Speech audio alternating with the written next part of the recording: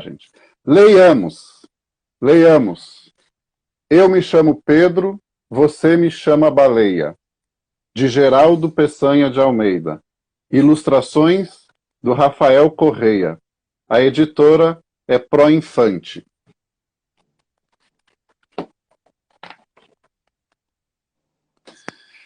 Quando ele chegou ao alto do morro que dava acesso à cidade, pediu ao motorista que parasse por um instante para que pudesse observá-la de longe.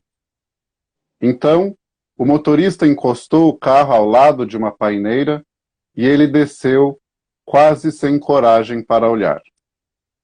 Recuperando seu ânimo, ele levanta sua cabeça e olha diretamente para a cidade, e tudo o que pôde constatar é que ela havia encolhido.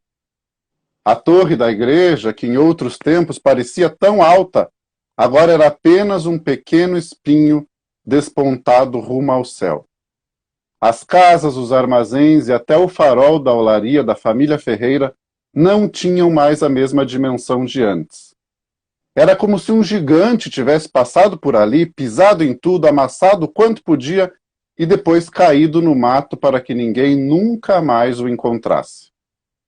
Mesmo assim, ainda que seu medo fosse somente um pouco menor do que sua curiosidade, ele resolveu vencer os poucos quilômetros que o afastavam da antiga cidade onde viveu boa parte da sua vida. Enquanto chegava na cidade e o carro rodava em baixa velocidade, sua cabeça zunia a uns 180 km por hora. Ele lembrava que, quando criança, ainda pequeno e envolto em trouxas nos braços de Dona Teresa, ele se chamava Bebê.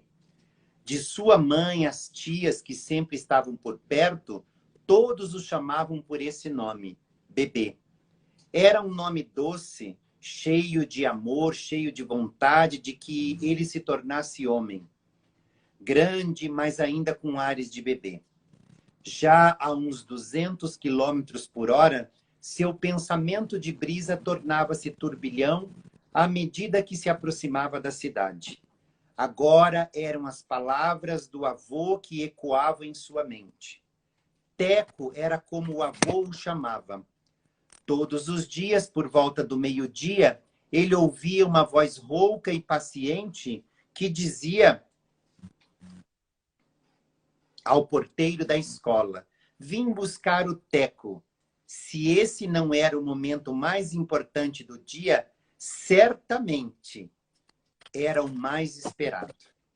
Junto ao nome dado a ele pelo avô, tinha sempre o calor do abraço tão aguardado, seguido pelo calmo caminhar segurando sua mão, que além de carregar a sacola com os cadernos, sempre muito pesados, antes era-lhe estendida, ofertando um doce. Ao chegar em casa, ele já era o Dinho.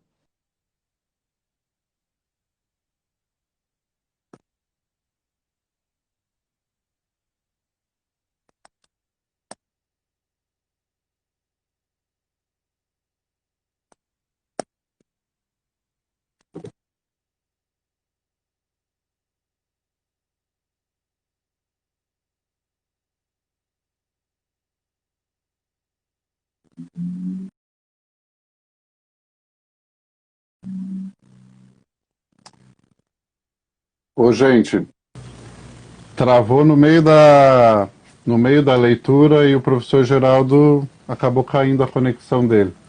Vamos ver se ele entra de novo, aí eu aceito e a gente continua a leitura. Até aqui para mim, ele leu até o nome Dinho, né? Ao chegar em casa, ele já era o Dinho. Confirmam para mim aí se vocês estão me ouvindo, se foi isso mesmo. Se parou no Dinho. É isso? Perfeito, obrigado, Karen. Eu vou continuar a história até o professor entrar de novo. Ao chegar em casa, ele já era o Dinho.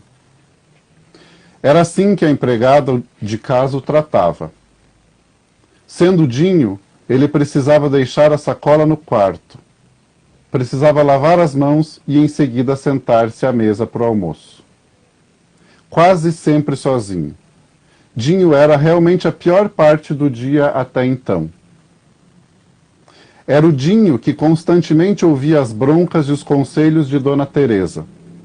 Uma hora era para ele comer verduras, outra hora ele precisava escovar os dentes, e incessantemente a cobrança para fazer a tarefa.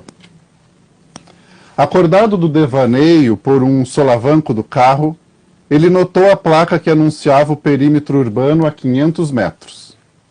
Atirado pelo ritmo das batidas do seu coração, seu pensamento chegou a uns 250 quilômetros por hora.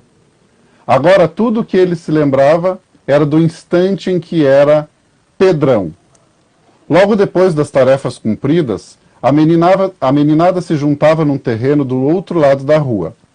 A bola para o treino era trazida pelo Jorge, que, como sempre, era o primeiro a chegar. Depois do Jorge, chegava o Manuel, que era o segundo melhor jogador da cidade. O Manuel sempre montava um time para jogar contra o time do Jorge, mas nunca o Pedrão era escolhido pelo Manuel para entrar no seu time. Aliás, o Pedrão nem existia nessas horas. Era muito pouco o tempo de vida dele. Entre a casa onde morava e o campinho que era do outro lado da rua, o Pedrão se tornava o Baleia. O Baleia era sempre um dos últimos a ser escolhido, e mesmo assim, antes da escolha, era comum ele ouvir: "Eu não quero Baleia, ele é muito ruim. Eu te dou o fulano, cicrano e o Baleia, e em troca você me dá o Beltrano." Não notavam, mas era ali que ele juntava em cacos o valor que recebia dos amigos. Mexendo-se no estofado de couro do carro, Pedro brecava o seu pensamento. Ir até aquele lugar no final da tarde, apesar do seu desejo, era muito difícil. Afinal, ali ele era o Baleia.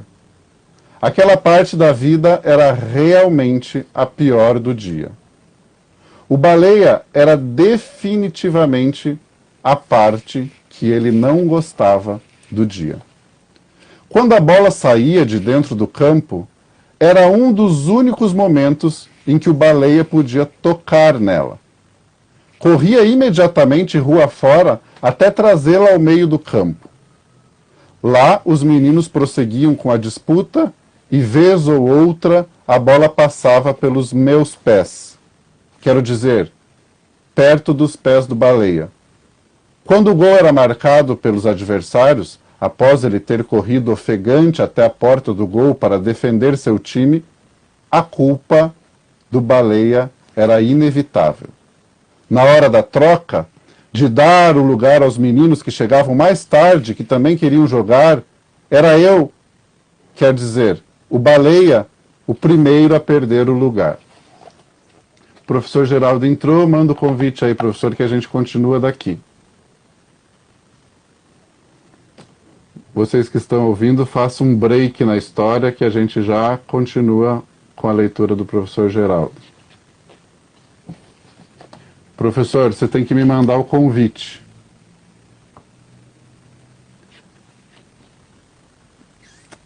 O professor acho que não está ouvindo.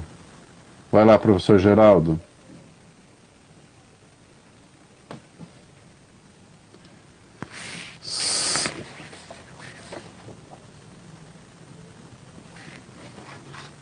A galera vai ter que ter uma pequena paciência aí, porque essas coisas tecnológicas acontecem.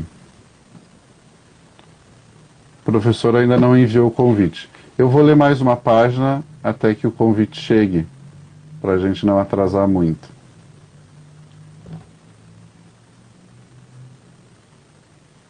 Ó, a Márcia está falando que o professor Geraldo já chegou, mas ele tem que enviar um convite para que eu possa aceitá-lo na live. Vamos ver, professor.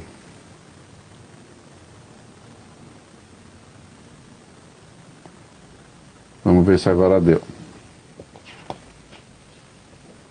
Aceitei, professor. Aí.